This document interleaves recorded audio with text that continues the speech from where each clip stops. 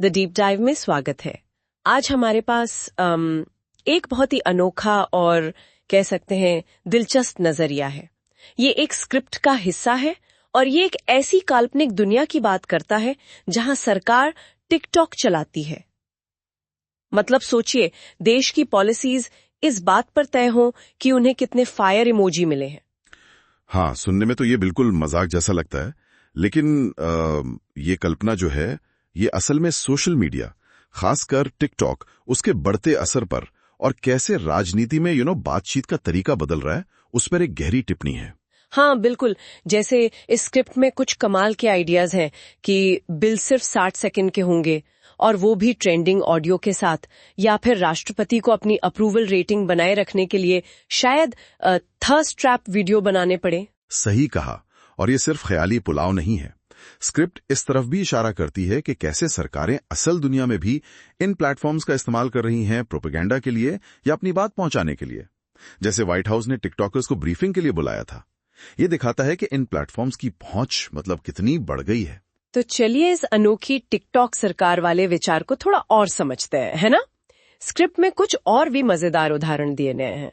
जरा सोचिए कि सरकारी बहसें टिकटॉक डुएट के जरिए हो। मतलब एक नेता वीडियो डाले और दूसरा उस पर स्टिच या डुएट करके जवाब दे, आप टैक्स बढ़ा रहे हैं, लो इस वीडियो पर अपनी बात रखो। ये सुनने में भले ही अजीब लगे, पर आज के राजनीतिक माहौल पर ये एक तरह का कटाक्ष है, जहां कई बार गंभीर बहसों की जगह छोटे वायरल क्लिप्स ले लेते हैं।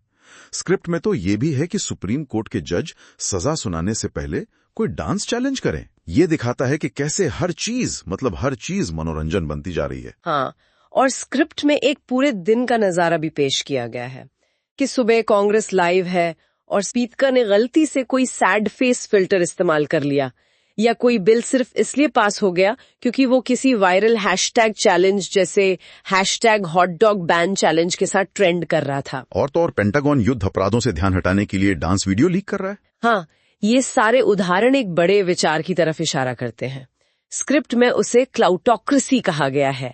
मतलब एक ऐसी व्यवस्था जहां नीति, तर्क या सच्चाई से ज्यादा महत्व किसका है? प्रभाव का, पहुंच का, पॉपुलैरिटी का। कौन कितना वायरल है, कौन कितना क्लाउट रखता है, ये तय करेगा कि क्या सही है और क्या गलत। और ये बात सिर्फ कल्पना नहीं लगती अब, है ना? स्क्रिप्ट भी यही कहती है कि ये असल दुनिया के ट्रेंड से ज्यादा दूर नहीं है। हम देख ही रहे हैं कि कैसे कभी कभी इन्फ्लुएंसर्स पत्रकारों की जगह ले लेते हैं और राजनेता गंभीर मुद्दों पर बहस करने के बजाय नाचते हुए या ट्रेंड्स फॉलो करते हुए दिख जाते हैं। बिल्कुल। यहाँ जो गहरा मुद्दा है वो ये कि एल्गोरिदम पर चलने वाली राजनीति में एंगेजमेंट, यानी कितनी लाइक, कितने शेयर, कितनी प्रतिक्रिया मिल रही है, वो चीज नैतिकता और सच्चाई से ज्यादा जरूरी हो गई है। वायरल होना वेरीफाइड जानकारी से ज्यादा अहम हो गया है।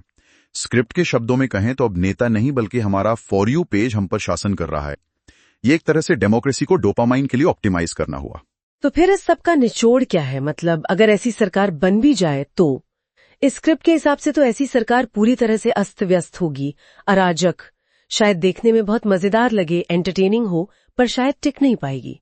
एक ऐसी दुनिया जहां वाइब्स तो बहुत होंगी पर शायद संविधान और गंभीरता वो गायब हो जाएंगे। हाँ बिल्कुल, ये जो काल्पनिक नजारा है ये हमें असल में सोचने पर मजबूर करता है कि ये जो मनोरंजन है, ये जो अटेंशन पाने की होड़ है और ये एल्गोरिदम, ये सब हमारे सामाजिक को, हमारे शासन को किस तरह से बदल रहे हैं। क्या हम अनजाने में ही उस दिशा में बढ़ रहे हैं जहां गंभीर नीतिगत फैसले भी ट्रेंड्स और वायरल होने की क्षमता पर टिके होंगे? तो आज हमने टिकटॉक द्वारा चलाई जाने वाली सरकार के इस व्यंग्यात्मक लेकिन सोचने पर मजबूर करने वाले चित्रण पर बात की।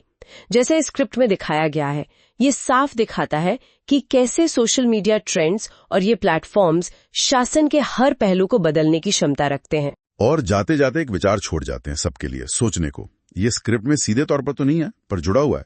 अगर शासन पूरी तरह से ट्रेंड्स और बस कुछ पलों की शोहरत उस पर आधारित हो जाए, तो उन गंभीर लॉन्ग टर्म प्लानिंग वाले मुद्दों का क्या होगा?